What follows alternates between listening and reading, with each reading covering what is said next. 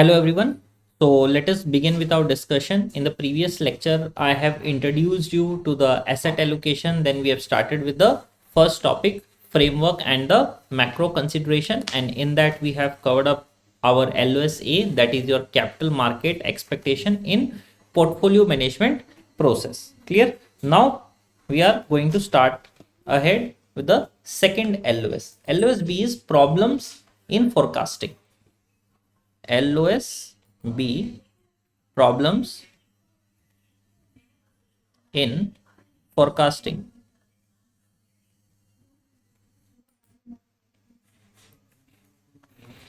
Okay. See, when you are going to develop the capital market forecast, definitely there will be few problems, and problems, I'll tell you, the one of the major reason of the problem is assumptions. Okay, because I presume few of the things about the market, about the sentiments, about the rate of return, about the behavior of the company, lots of things I'm going to forecast. Clear? So now, if you look at the term forecasting, what is the meaning of forecasting? Forecasting means you are predicting the future with the help of the data, but this predicting the future is never easy. It's just like you forecast the weather, but sometimes it can go wrong. Clear? Similarly, what you forecast for the capital market, it can go wrong because of the many challenges. Clear? So over here, I am going to discuss first of all the 9 points with you. Okay, so write down all those 9 points one by one. Point number one, basically these are the problems. Number one is limitation to using the economic data. I'll discuss each and every point in detail, but first of all write down all the points. Number one, limitation to using economic data. Limitation to using economic data. Write down point number two, data measurement error and bias. Data measurement error and bias. Data measurement error and bias. Point number three, limitation of historical estimates. Limitation of historical estimates. Limitation of historical estimates. Point number four, the use of ex post risk and return measures. The use of ex post risk and return measures. Ex post risk and return measure. Next, non-repeating data pattern. Non-repeating data pattern. Non-repeating data pattern. Point number six, failing to account for conditioning information. Failing to account for conditioning information. Point number seven, misinterpretation of correlation. Point number seven, misinterpretation of correlation. Point number eight, psychological bias. Point number eight, psychological bias. Point number nine, model uncertainty. Point number nine, model uncertainty. Clear? So these are the 9 points. Now I am going to start all the points one by one. Clear? Now give the first heading, that is limitation to using economic data. Limitation to using economic data.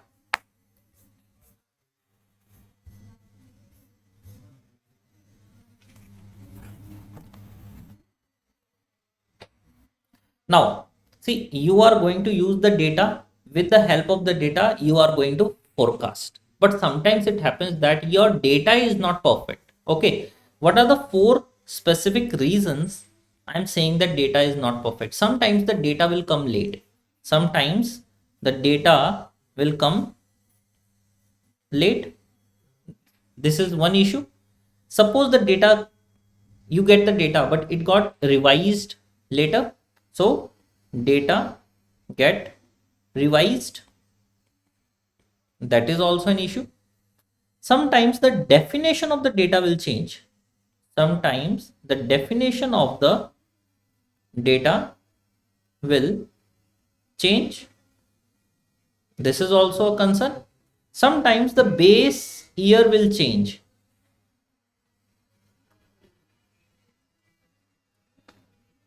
Now, when I'm saying the data is actually coming late, see, many big organizations, they publish the data after long delays. Like, imagine you are trying to decide whether to buy the mango or not, but the fruit price list which you have is 2 years old. Definitely, if you will use that price list, definitely your decision towards buying the mango will be late. Similarly, when you're purchasing the shares, so you are based on the economic data, might be the GDP growth data, might be the inflation data, might be the interest rate from the Reserve Bank of India, might be the crude pricing, okay, might be some meeting outcomes. All these information comes late. And if you will take the, suppose, try to understand, today is 1st of January. Now you want to take the decision today, but the report which you have is of previous year, say March. Now, do you think if you'll take the decision on 1st of March based on the data which you have from the last year March, you are taking the decision of 1st of Jan with the help of the data which you have from March of the previous year. Do you think that your decision over here is going to be correct? No. Why? Because of the issue with respect to the data. Clear? That is not up to date. Clear? Sometimes government change the numbers. They say that by mistake the data which we have given, it has few mistakes, so they revised it. Like the GDP last year was reported at 6%, but later they revised it to 7% because of some clerical or some minute mistakes. Clear? So your earlier forecast will become useless. Clear? Sometimes the definition will change from the data's perspective, like CPI basket changes, like adding the smartphones, removing the tape recorders. Clear? So when you're comparing the two CPI which is introduced in 2021, CPI which you have in 2024, over here they used to incorporate the tape recorders, but over here they are going to incorporate the mobile. So mobile was not over here, tape recorder was not over here. So do you think that you can compare the data of CPI, old CPI versus the new CPI? That is tricky, because it has some elements which is not now, and the now's element are not there in the previous CPI. So sometimes it become ambiguous, sometimes it become tricky to use the CPI. Clear? Sometimes they change the base year of the data. Okay, so you have to adjust your forecasting accordingly. So the issue is very clear. First of all, the data will come late. Like there is a lag between the time period when the data is being collected and when it is distributed to the general public in the form of information. So there is a lag. Clear? Like International Monetary Fund, okay, they report the data with a lag of 2 years, which is very huge. Means in 2025 you're receiving the data of 2023. What you will do? Definitely you cannot do anything. Okay, you are helpless, because data have huge amount of lag. So this one, the base year change is also having the same implication, that you are, suppose what we do, calculating the real interest rate. Okay, so we consider the previous year, and accordingly I am calculating this year to identify the inflation. Clear? But suppose right now you are using 2024 and 25 data, but now you say no, I am changing my base year to 2023. That will give me the real reflection of how much is the inflation. Are you getting my point? So we change the base year accordingly, so that also will make the changes in your forecasting models. Clear? So this is the first problem, that is the limitation to using the economic data. Clear? Coming to the second point, that is data measurement error and bias. Data measurement and error bias. So there is an bias in terms of measurement. Also, it includes the biases. These both are the major concern. Okay. Now, this includes 3 points. Number one is transcription error. Means someone typed the wrong number. Okay, means you have to type 98.5 but you have written 985. Okay, transcription error. Clear? Then survivorship bias means I am including only those datas which are actually surviving. So the losers will disappear. Means suppose I'm calculating the average return of the mutual funds in the last 5 years, all the mutual funds in the basket. Clear? So what I'm calculating 2020 to 2025. Clear? But suppose there are few mutual funds which could not survive in this period. So they are not the part of this calculation. So who are included in this basket? Only the one who have survived. That means what? The return which you are getting, the average return of the mutual fund is going to be higher. So upward biasness is always there. Clear? Then the third one is appraisal bias. Appraisal bias. What is this appraisal bias? Is illiquid assets, they are valued very infrequently, so their return will look smoother. Okay, they won't their return will not look like the share market return like this.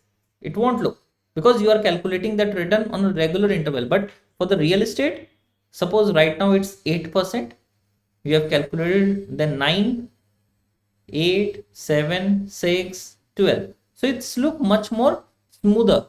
Okay, so this actually reduces the risk, because over here you see the volatility is high. Volatility high means risk is high, but over here volatility is very less. You see, this is the gap and this is the gap. So higher volatility means higher risk. So what it shows? It shows that the illiquid assets have lower risk, but factually the lower risk is because the value which you are calculating infrequently. Okay, in a very long period of time. Hence the volatility have reduced. Clear? So the price of the house not change every day, just like the stock price. So it look more stable, but in reality price can jump anytime by a greater amount. Clear?